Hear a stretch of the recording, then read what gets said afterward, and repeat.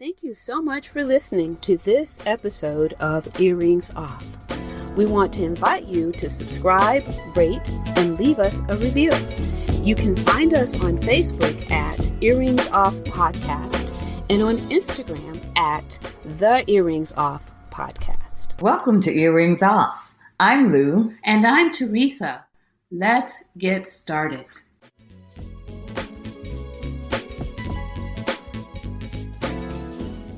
Teresa, the first week in October was Mental Health Awareness Week. So, it's been so much in the news lately about mental health, and particularly dealing with the pandemic, in light of the pandemic, and with particular concern in our community, the mental health impact. I can see that. Yeah. I can see that. I can see that because it's just one of the many things, that we have to deal with on a day-to-day basis. Mental health, and even, if we look at present time, the social injustice that's going on right now. There's a lot that our community is dealing with. It's a lot. But you know what? But there's been a focus too lately on, the pandemic and mental health, but also looking at what you just said. What impact has the racial injustice had on us all these years, on our mental health and our well-being? Because I know we've talked about, and I know I did a blog, and you and I have talked about on this show, how you're anxious just trying to navigate as an African American in this society. You're constantly trying to make sure you don't step on any landmines in your everyday activities.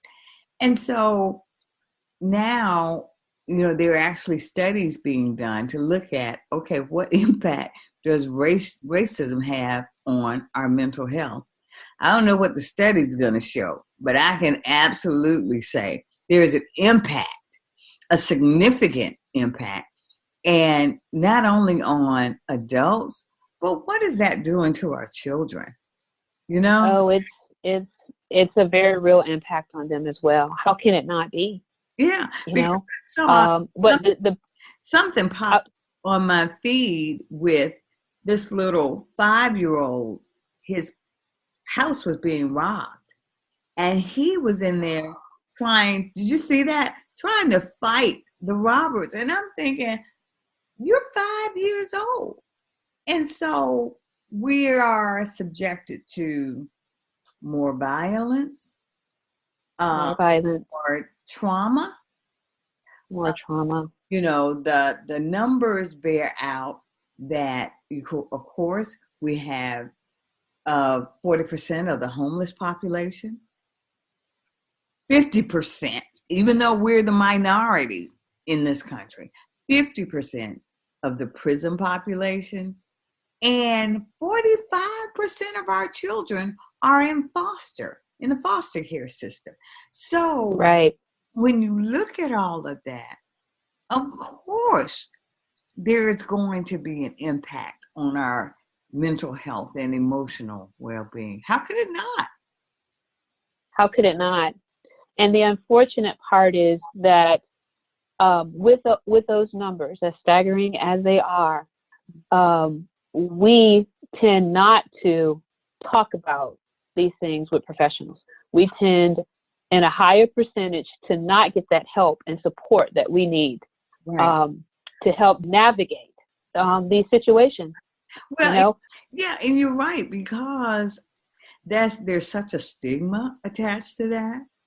And, you always have in the back of our minds the Tuskegee experiment, and how there's a distrust of health professionals, because we wonder if people are authentically trying to help us, or is there a bias against us? in the healthcare system, there's a lack of cultural awareness. I can share a personal experience when my son was, I think when our son was like in elementary school, they immediately brand you ADHD, and they want you, they want you, particularly with our little Black boys, and my son was no different.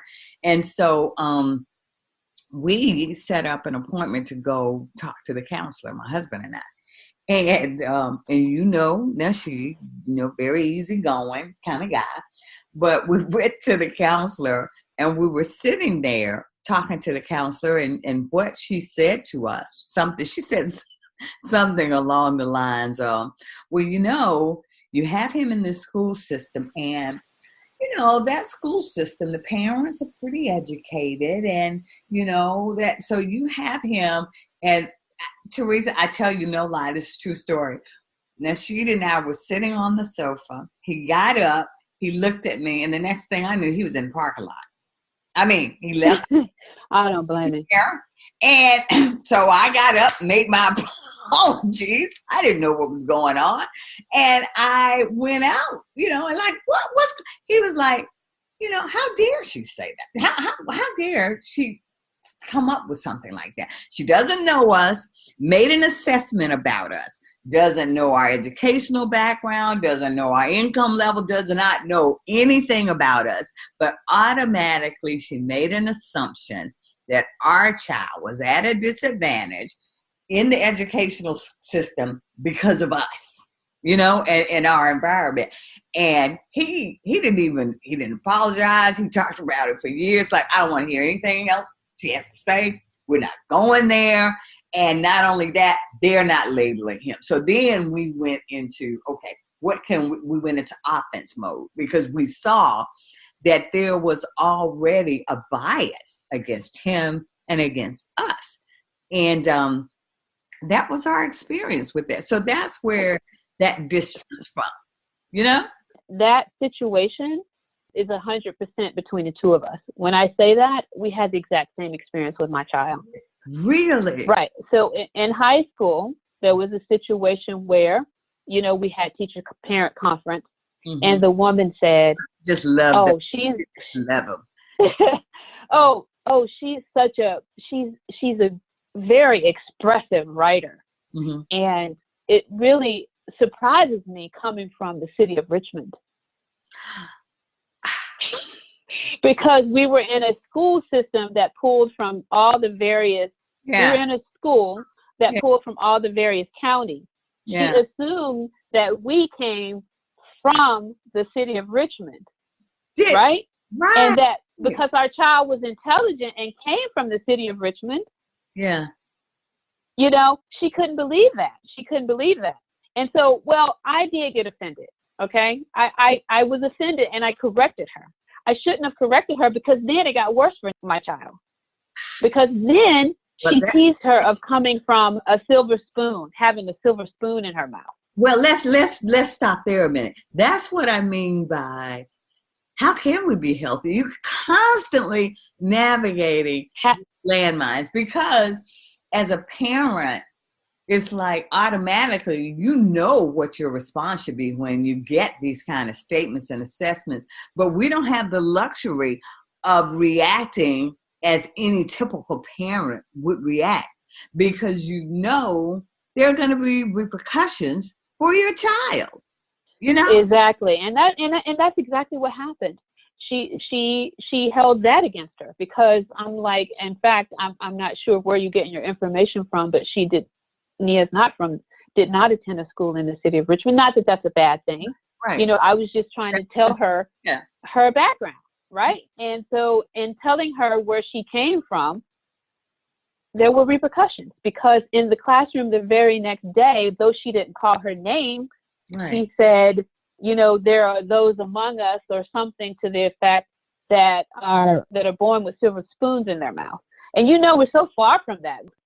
And plus, once my child told me, she really literally didn't want us to go to the school anymore. She's like, I know you think you're doing the right thing, but it doesn't help. It really doesn't help. It just makes it worse. So it's a lot of stress on them and anxiety that was caused in her life. you know, and it's unfortunate because, I mean, it's everyday things. And I think I might have shared this with you last week that I saw a news story where they did this social experiment some 30 years ago with a black guy and a white guy going to rent an apartment. And they're different experience in that. Of course, when the white guy went in and he was treated very nicely, and he was offered the apartment that was available. But he said, well, I need to think about it. I'll come back. The black guy goes in. They did treat him nicely. I mean, they were respectful to him, but then they said, we don't have an available apartment. Sorry. Wow. You know? And so the same thing, the story went on. There was a car thing, a salesperson selling a car, something, you go buy a car. And the white person, they said, oh, sure, we can get you in this car for $9,500 with a $1,200 deposit. The black person comes along, it's like, sure, we can get you in this car with a $2,500 deposit, and the car is $10,500. Wow. Okay. Yeah. So the purpose of this segment that I was watching was called The Cost of Racism in America. And so when they did all the facts and figures and came up with the bottom line, we could have immense generational wealth were we not charged more for things. So there's a lot that we have to deal with. It's not just so simple for us. Well, and that's the point of this conversation. When you walk through that every day, of course, it has an impact on your mental health, your emotional well-being. You're constantly, even though you feel like, you know, you try to do things the right way, you try to follow all of these very nebulous rules that are set in place for us to achieve. Spoken and unspoken. Right. Absolutely. You better learn what they are. And so even when you try to do all of that, then to still have this kind of mistreatment, like you said, just something as big as, you know, the value of your house, and even something, you know, less significant, but still significant when you go and purchase a car. It could be anything.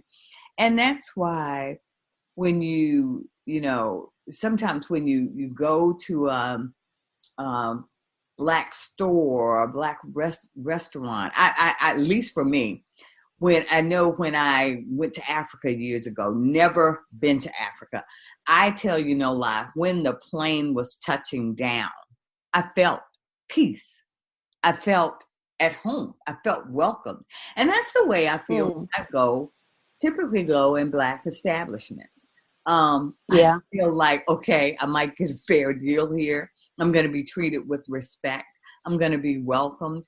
And you can feel some of the weight come off of you in that type of environment. And it is so hard that when you go in other arenas, you don't feel that light. You almost feel like, okay, I'm going to have to put on my body armor. What am I going to have to deal with when I walk through these doors? That's a distrust, which brings me back to our earlier point that there's a distrust amongst us of the mental health arena for us, because we're concerned that what's going to be written in that file, is this then going to impact my job opportunities? Am I going to be ridiculed? Am I even going to be ridiculed for accessing, services, mental health support, which I have through my insurance, but I don't want anybody to get it twisted and somehow use that against me. And so constantly thinking about that. And of course, the other barrier is the fact that while I may have insurance for it, and you may, but a lot of people don't have access. They can't afford it. They cannot afford that. So they can't afford it. That's another barrier. And there was one other thing, Lou. I saw a statistic, and I can't remember it right now, but as we know, there's fewer doctors that look like us already. Right. But in the mental health space, it's even worse. Wow. So that's another problem, right? Because sometimes people, like you said, they are comfortable talking to people who look like them. Well, and if you don't have that as an offering, if you don't have that, then that further exacerbates the problem.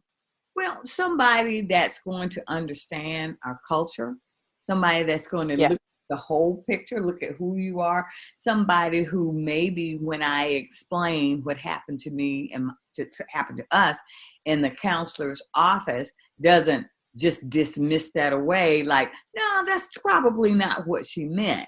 Who understands actually that is what occurred. That so was able to at least meet me halfway on that point to understand what my concerns were. So that's often an issue. But again, we're now talking about external factors, but there are some internal factors that we're dealing with in the community. And that's the fact that we have typically, because of our history with slavery and so much that we've had to deal with to overcome, we see that as a weakness to go to counseling. It's like, no, we're strong people. We've endured slavery and we've, had to overcome so much. And we can't let it be seen as, we interpret that as a weakness for us to admit that I'm struggling with something right now and I need some help. And people just in our community, that's just not where we are, that we think about mental health like we do physical health. But that's the way we should think about it. Our emotional absolutely a piece of it. But, just like diabetes or high blood pressure, it's an illness or it's something we're dealing with that we have to address. But that's not how we see it. And that's our own stuff we got to move beyond. We have to see our brain. Our brain is a muscle. Yeah. And just like we exercise our bodies and we take care of our bodies, if we break an arm, if we break a bone, we're going to go get that. We're going to go get that taken care of, right? We're going to go to the doctor and take care of it. We have to see our brain muscle as one of those things that needs to be attended to, especially if there's some trauma that we've had to deal with. But I wanted to say this in kind of a light way. When you say internally, there's an issue too. Yes, weakness, we see it as a weakness, but it's also, don't go put Big Mama's business in the street. You know what I'm saying? Like we can't. Yeah. Don't you told him what? Don't be putting our business in the street. So there's that, right? Right. There is that we're all guilty of. It's like we want to keep our family secrets. We think we can deal with them. Everybody knew about what Uncle Joe was doing, but we don't talk about it. Right. Let's not even mention it. Right. And that's a big problem that we have to overcome, Absolutely a big problem, because it's funny you say that, because the other day I was looking at some family photos and I saw a picture of my cousin. She's about, my age. So we grew up together going to the same schools, and she was gorgeous, just had beautiful features, beautiful flowing hair, skin color, all of that. But she acted odd, and now as I'm older, I realized that she probably might have been bipolar or something but you didn't have a diagnosis when we were growing up, because she would be fine some days, and then other days she would just be very, I guess, behavior would be very manic. She would be very high and then very low. And so you never quite knew how to interact with her. So thus she became, quote, odd to us. And she was a bright girl. And, but because there wasn't any diagnosis or any treatment for that. She just sort of struggled. And so I thought about that as we talked about doing this segment. I remembered her and, the struggles that she appeared to have. And it was very obvious. She was very bright, but because there were such highs and lows that it was very difficult for her to navigate through school. So. But if she had gotten help, oh yeah, that's totally something that that can be treated and dealt with. Yeah. So mm-hmm. certainly what we want people to get. Teresa and I are not mental health professionals, and we don't even play one on this show. But the reality is that there are some common factors which keep us from accessing mental health. It can be our own biases. It can be the fact that we have cultural issues that we don't want to recognize in terms of mental health. There's that distrust, the fact that we may not have adequate insurance, and that it's just not something that's been paid a lot of attention to. But now, particularly now that we're in this pandemic, we need to be checking on each other.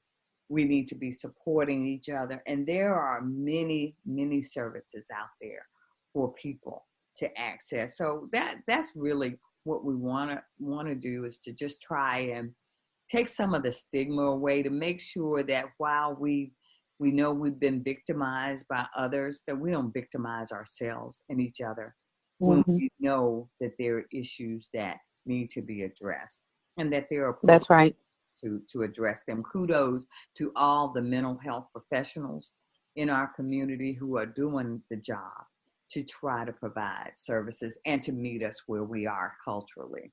So we want to give a shout out to them as well.